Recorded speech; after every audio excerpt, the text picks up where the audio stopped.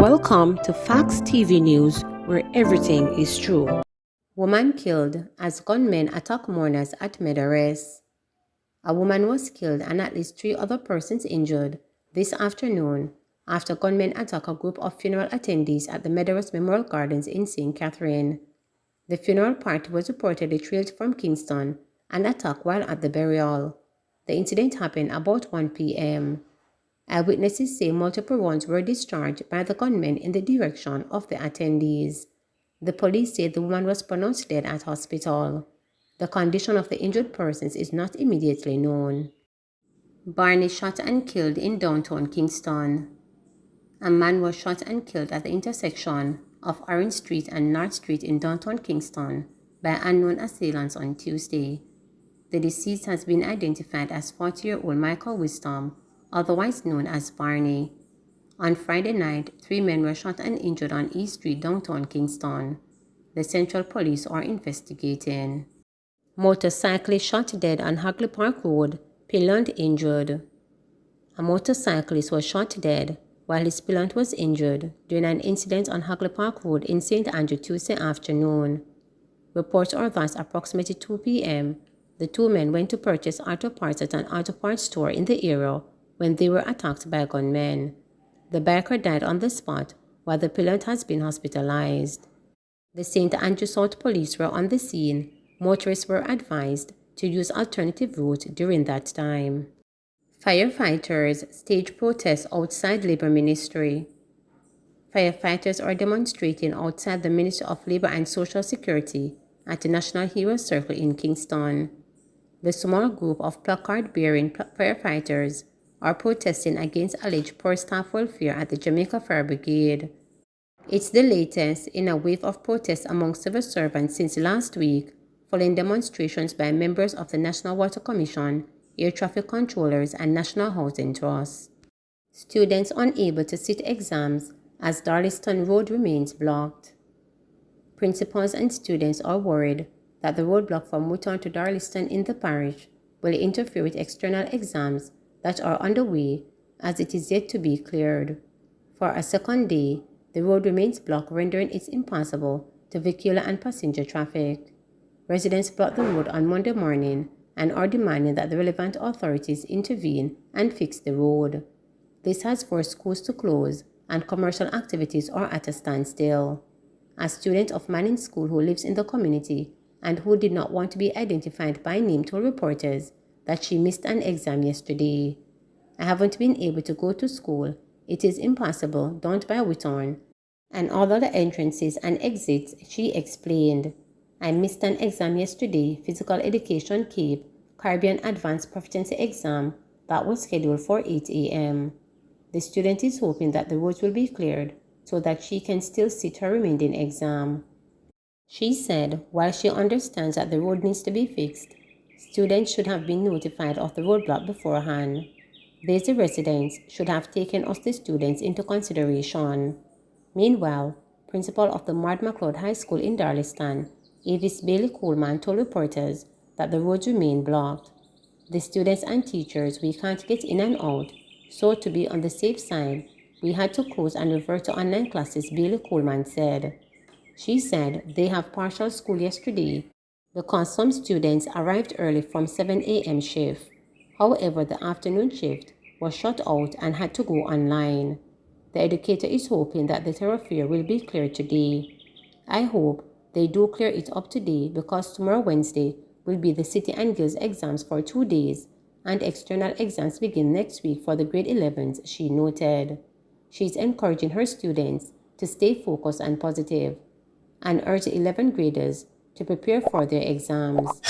Communications Officer for the National Works Agency Western Region, Janet Ricketts, told reporters that the roads are still blocked, but they will be cleared.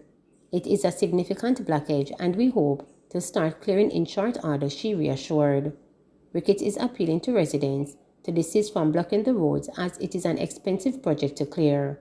She shared that the roads will be fixed, but in the interim, a patching program will take place once the procurement process is completed. "We are seeking to do rehabilitation of that particular stretch of road, but it's still early days yet." Jamaica's murder tally now 534. The latest crime statistics published by the Jamaica Constabulary Force JCF indicate that murders are up 4% year on year. On May 14, the data show that since the start of the year, 21 more people have been killed when compared to the corresponding period in 2021. Murders are now standing at 534.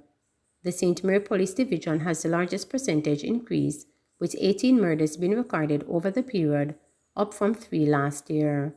The St. James Police Division has seen the most killings across the 19 police divisions, with 92 for the period under review, whereas Portland has recorded the least with 4 homicides.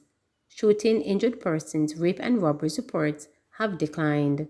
Break-ins, however, are up by 6.8%. 194 new COVID-19 cases, no deaths reported. Jamaica on Monday reported 194 new cases of COVID-19. There were no virus-related deaths in the last 24 hours. This brings the total number of cases recorded on the island since the start of the pandemic to 133,103, while the death toll remains at 3,011. Of the newly reported cases, there were 111 females and 83 males, with ages ranging from 1 day to 108 years. The cases were recorded in Kingston and St. Andrew 24, St. James 88, St. Anne 3, St. Catherine 8, Westmoreland 38, Hanover 11, St. Elizabeth 2, St. Mary 1, Trelawney 1, Clarendon 10, Manchester 5, Portland 2, and St. Thomas 1. According to the latest statistics from the Ministry of Health and Wellness, the country also recorded 129 new recoveries, bringing the total number of recoveries to 85,394. The country's positivity rate from the last batch of testing is 33.8%. There are 2,248 confirmed active cases on the island. Approximately 77 patients have been hospitalized.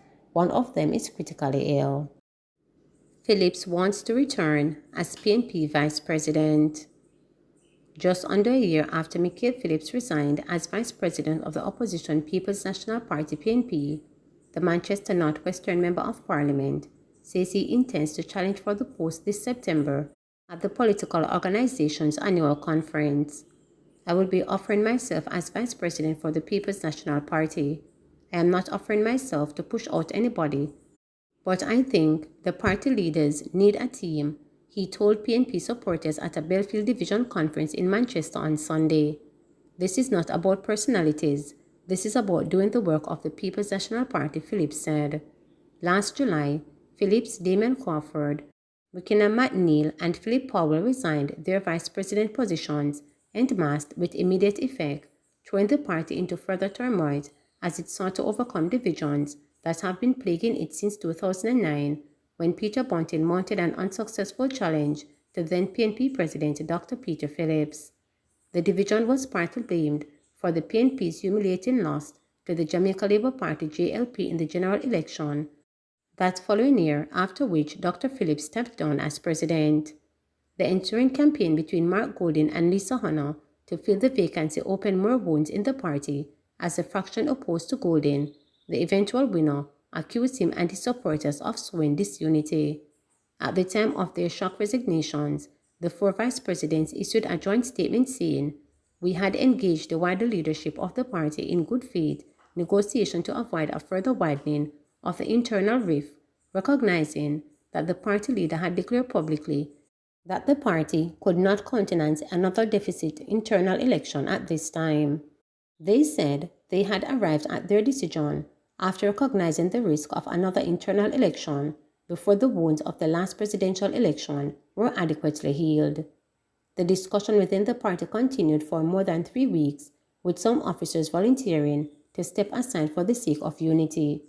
However, we concluded that the sincerity of certain members of the leadership was not forthcoming and that the minimalist effort towards unity was a charade that is inimical to genuine pursuit of unity, the 4 men said.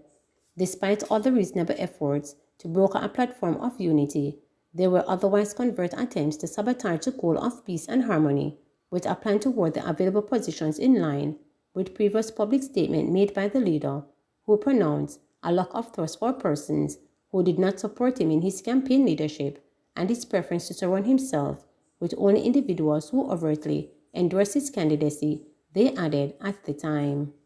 Therefore, to continue our sincere efforts to preserve our beloved party, which has served this nation well and has been at the forefront of much of its development, we have decided to resign from our current positions and turn our efforts towards rebuilding the constituency organizations, they said.